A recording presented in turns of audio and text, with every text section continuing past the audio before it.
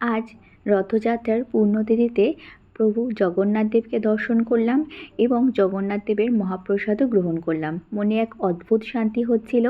তো মহাপ্রসাদের মধ্যে প্রথমেই ছিল হচ্ছে অন্ন, অন্নর সাথে ছিল হচ্ছে শুক্তো। এই শুক্তোটা খেতে এত স্বাদ হয়েছিল না, যে কোনো প্রসাদই তো খুবই স্বাদ হয়, কিন্তু এই শুক্তোটা না আজকে ছিল হচ্ছে মানে মুখে লেগে থাকার মতো। তারপরে ছিল হচ্ছে মোচার তরকারি, এটাও খুব সুন্দর হয়েছিল। প্রসাদ মানেই অমৃত, তো আজকে যেন অনেক দিন পর মনে হলো ভীষণ তৃপ্তি করে খেলাম। তারপর ছিল হচ্ছে ডাল আর বেগুনি, এটাও খুব টেস্টি। তারপর ছিল হচ্ছে পুষ্পান্ন, পুষ্পান্নটা তো খুবই স্বাদ হয়েছিল।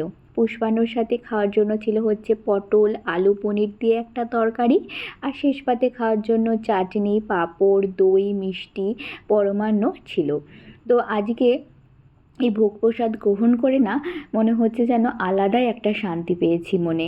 তো এটা খাওয়ার যে কী স্বাদ কী অমৃত, সেটা তো যারা ভোগ প্রসাদ গ্রহণ করো তারা তো অবশ্যই জানো। তো সকলে ভালো থেকো, সুস্থ থেকো, সাবধানে থেকো এবং পজিটিভ থেকো। তো সবাই একবার বলতেই পারো জয় জগন্নাথ।